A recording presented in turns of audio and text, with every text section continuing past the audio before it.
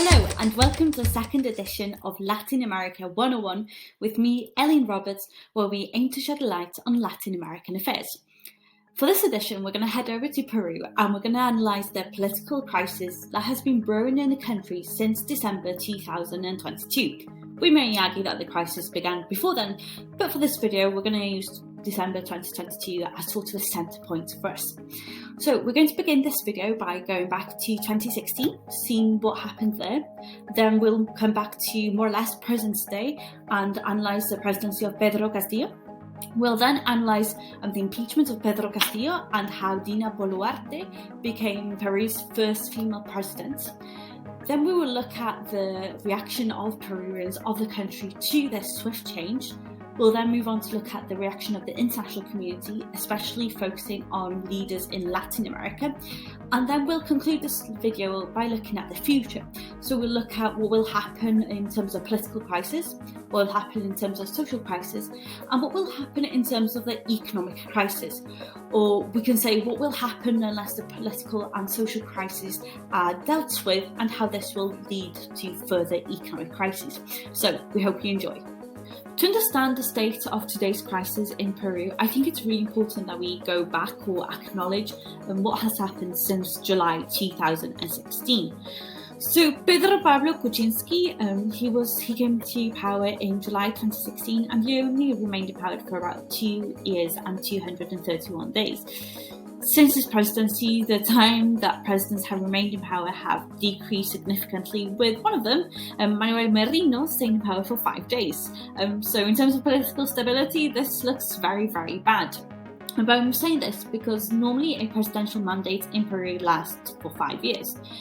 So for our analysis within this video, we're going to be concentrating on the presidency of Pedro Castillo and of course that of the new president, Dina Boluarte. But I just thought it was really important to acknowledge the fact that political instability has been in Peru more or less since July 2016. So just keep that in mind as we begin and look at the presidency of Pedro Castillo. Who is Pedro Castillo, the outsider that came to power? So, why was Pedro Castillo an outsider? He was not what we usually expected from a Peruvian president, so to speak. He did not come from the oligarch families, he did not come from the business elites. He had a very different background to what we've previously seen. So he came from a peasant family and his profession before becoming president was a primary school teacher. So to speak, he rose to fame during the school teachers' strikes back in 2017. And this is basically what led his sort of manifesto and his desire to become president in the country. He was a left-wing candidate, however, I say left-wing because he was against abortion rights and against civil rights and gay rights. So he is classified as being left-wing, but again, he's against those fundamental rights, so to speak. And he went through to the second round of the presidential elections, and he was up against Keiko Fujimori, who was the daughter of the ex-president of Peru, Alberto Fujimori, who also ran a dictatorship. So a lot of Peruvians thought that it was a choice between two evils, so to speak. So a choice between having somebody that was part of a family that represented a dictatorship, a dark past, or somebody left-wing that wasn't so bad, so to speak, that could create better improvement for the Peruvian society. However, this of course was somewhat questionable, as we'll see the challenges that he faced during his presidency in the next slide. So, to begin with, Pedro Castillo's presidency was very much marked by political instability. For example, during his presidency, short presidency, so 1 year and 130 days or so, he saw over 80 different ministers, which included 5 different presidents, as named on the slide, and 3 different finance ministers. If we think about stability, this really does give the opposite image. For example, if we think about the business community, this sort of political instability changed and gave economic instability. And if we think about the civil society, this definitely gave societal instability to the population. So let's look at why else his presidency was somewhat challenging and questionable. So we've seen how political instability is very strong, or was very apparent, in Castillo's government. However, he was also accused of many corruption charges. Just two examples, so to speak. He was accused of giving orders to the Peruvian intelligence unit to help the escape of the ex-Minister of Transportation and his nephew whilst they were being investigated for criminal proceedings. And secondly, Castillo was accused of running a criminal organisation linked to drug trafficking. This is somewhat questionable, so to speak. It might be true, it might not be true, but what is being discussed is the fact that the business elite were opposing Castillo from the first day, and these accusations are sort of created to defame, to ruin his name. However, of course, we don't know, we can balance different sources, etc. But how did these things affect the population's perception of Castillo? I think that's very interesting for us to look at. So here you can see a study created by La República and the Instituto Estudios Peruanos that basically looks at the approval rating of Pedro Castillo. And as you can see, he had very high disapproval from November 2021 to November 2022. And the highest approval rates were seen in June 2022, with that being 21%, and the lowest was in December 2021, with 60% disapproval rate. Despite this, he did have the highest approval rate in November 2022, with 31%. So this sort of gives us an image of the population's approval of Pedro Castillo, and of course this is just taking a study out of a piece of the population, so to speak. So it doesn't really cover the whole population, but it's interesting to look at. And what we saw from Pedro Castillo was the fact that the business community, the business elites, they were very much against Castillo from the very first day. So let us look at what happened next, and how did things change, so to speak.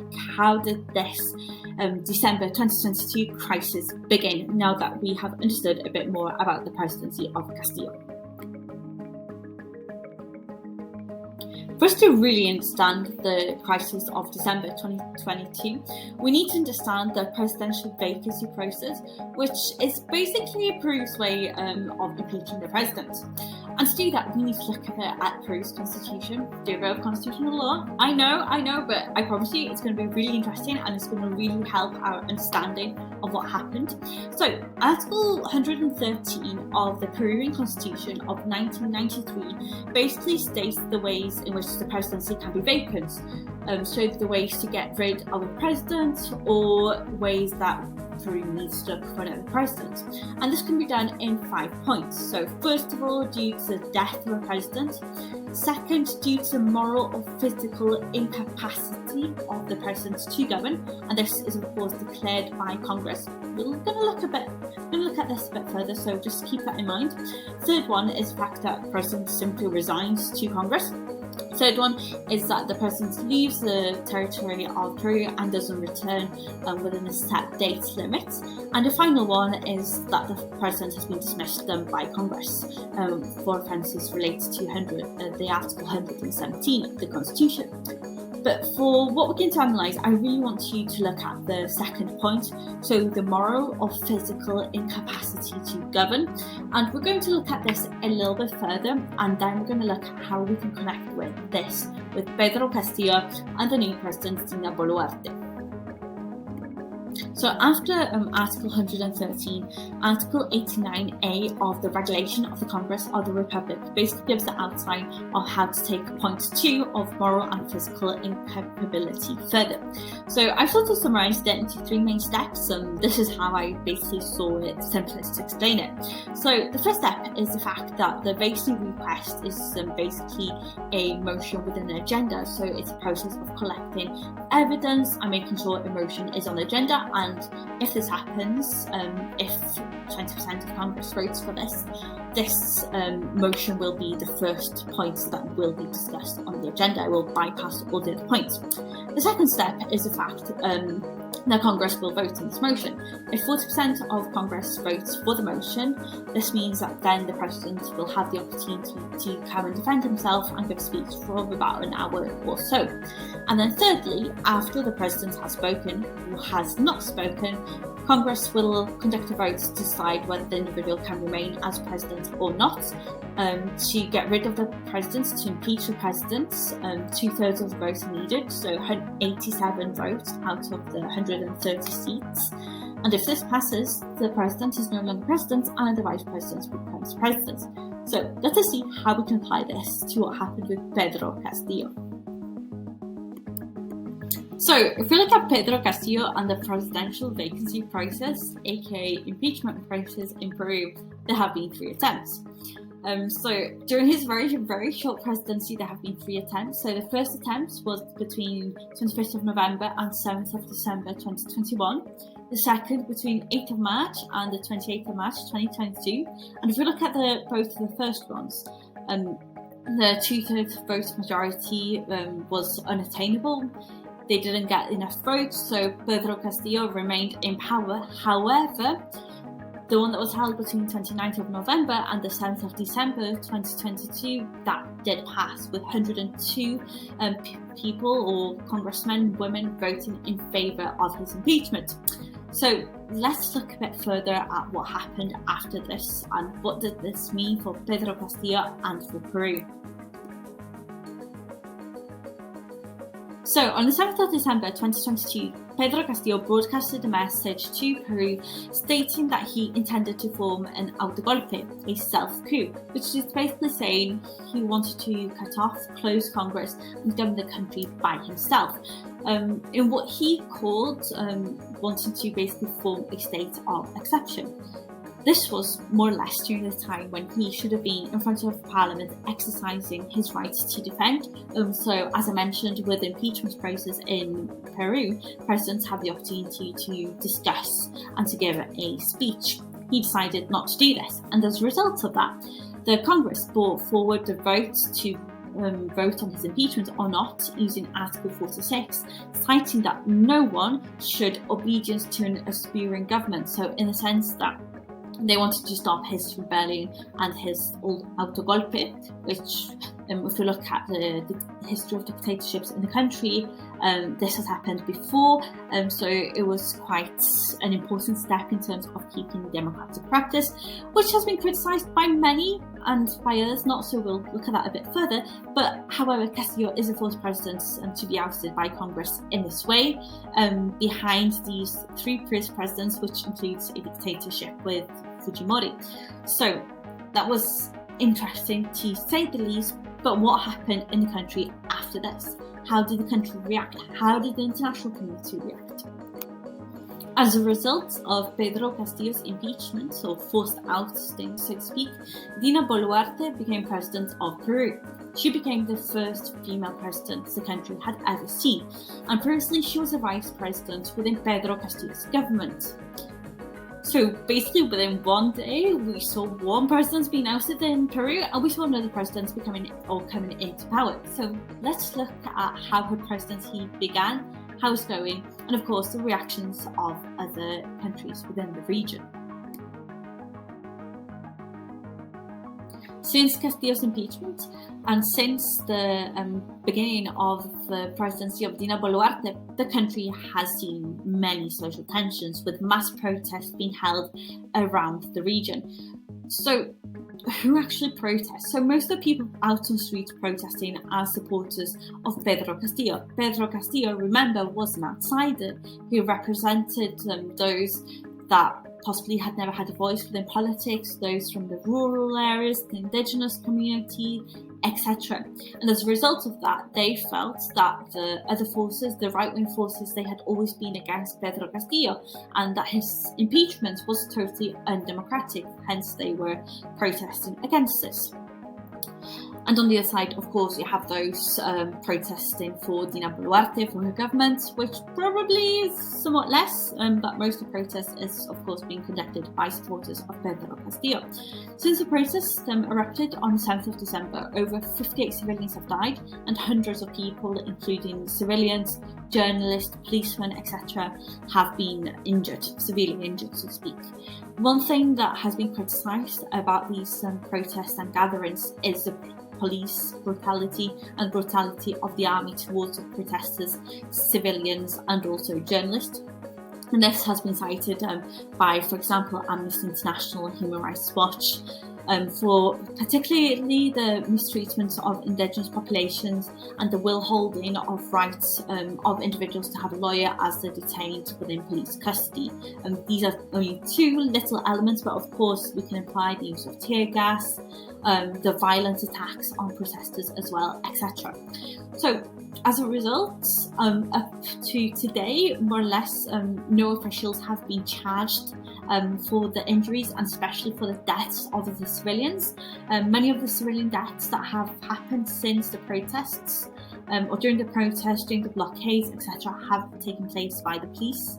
They have been responsible, more or less, and again, Dina Boluarte, there hasn't been any specific action taken by her government up to now. And not only in that, but we have seen extreme curbing of civilian rights. The state of emergencies have been announced around the countries by different states, and this has been on and off since December, so to speak.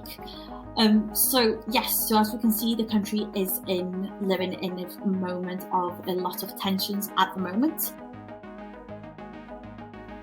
So in all of this, what exactly has happened to Pedro Castillo? What is his future, so to speak?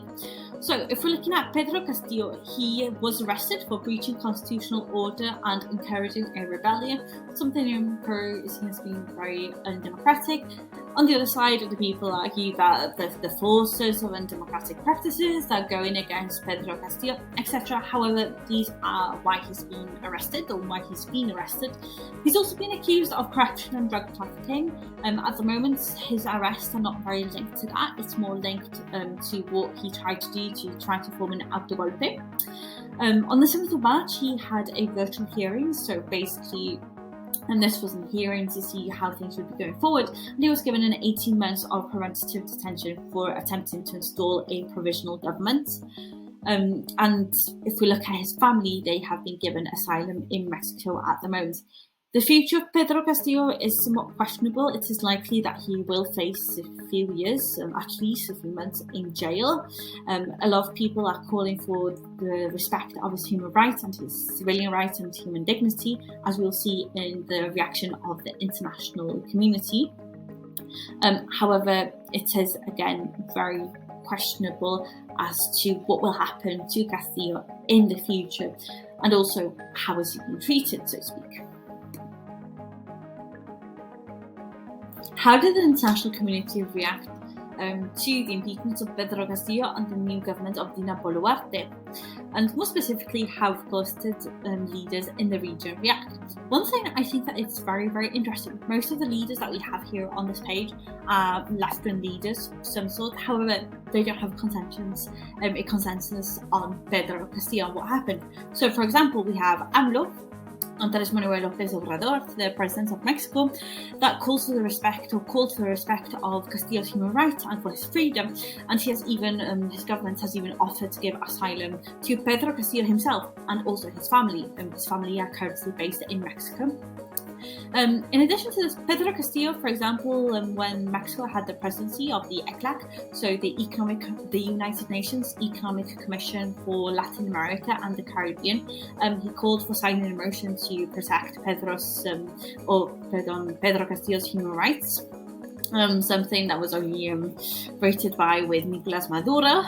Other regional leaders don't vote for it as well. However, we see that AMLO, he totally believes that it's an injustice against Pedro Castillo, a democratic elected individual, despite the fact that he was impeached by democratic ways using the constitution of the country. Secondly, we have Gabriel Boric, the president of Chile.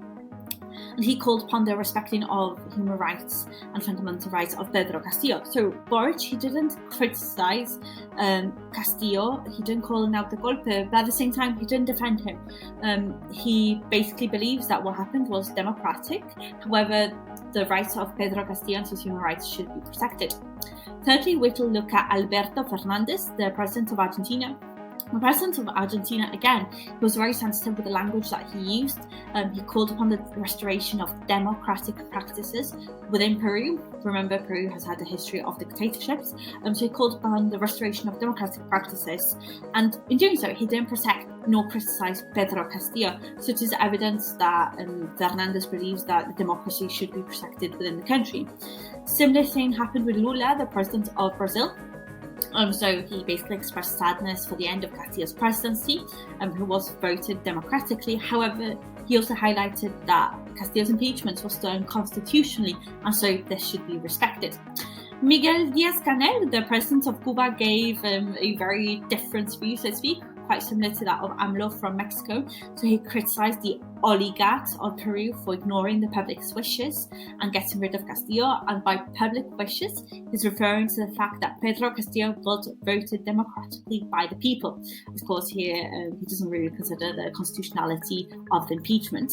And finally, Gustavo Petro, the president of Colombia, he argued that Castillo was cornered from the first day. So the business elite, basically the oligarchs, the elite of the population, they never wanted Castillo to be there in power from first day. So he highlighted that the forces were always against Pedro Castillo.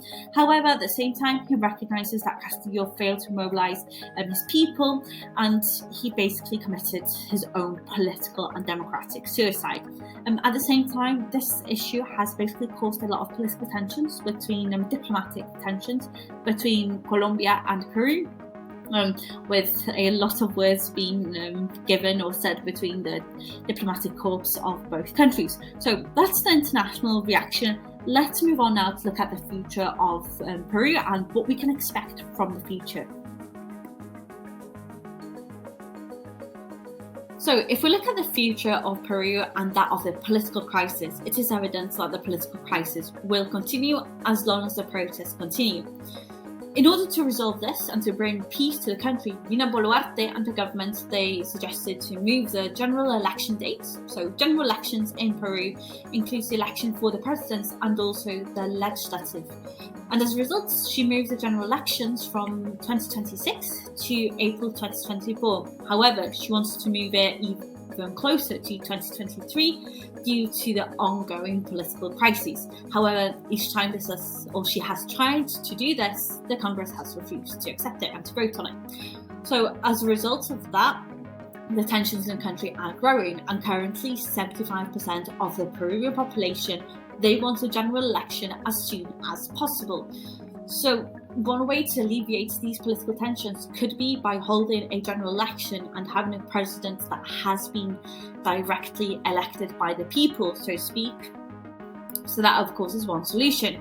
Another issue that Peru will face in the future is diplomatic tensions, particularly in the case of Colombia and Peru, to some extent with Mexico as well, and to some extent with Cuba. And that is mainly because of what happened with Pedro Castillo and Dina Boluarte.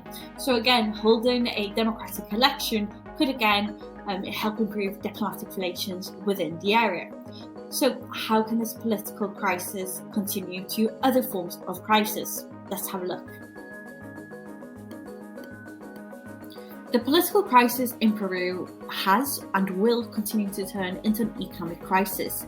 For example, we can see it on the local level when we look at tourism within the country. So, for example, the blockades that have been put in place around the country during the protests have basically stopped tourists being able to move freely within the country, but also have stopped tourists from entering and leaving the country because of blockades on the airports. And because of these protests, it creates a sense of insecurity within the country, which will likely have a negative effect and impact on tourism, which brings a lot of money to Peru. Secondly, the economic crisis in Peru will not only just affect Peru, it could potentially affect the whole world. How can that happen? Why am I saying this? Well, the answer is simple: supply chains. in order to produce and manufacture the products of today, whether that be, jewellery, cars, batteries, etc., we need minerals. And Peru, if you didn't know, is the second largest supplier of 3 specific minerals, so copper, zinc and silver, and these are very important when we think about global manufacturing supply chains.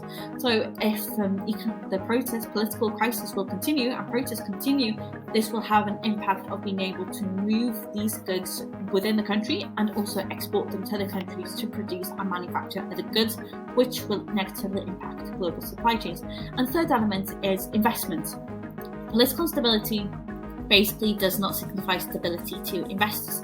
So international investors will either move away from Peru, basically stall or stop or pause the current investments in the country, or simply just pull out of a country and invest in another country. So these are all things that could happen if the political crisis in Peru continues. Of course, the best answer is to diminish the political crisis, potentially hold an election to help to do that, and then work on economic and social reforms to help strengthen the country and its overall stability. I hope you enjoyed the second edition of Latin America 101, where we looked at Peru and the country's future. How will these political crises be resolved in Peru in the future, and how can we ensure economic stability within the country? If you enjoyed this video, or if you have any questions, pop them in the comments, and also feel free to leave any suggestions of content or videos or topics you'd like me to cover in the future, and don't forget, more importantly, subscribe to the channel to keep up with the latest news.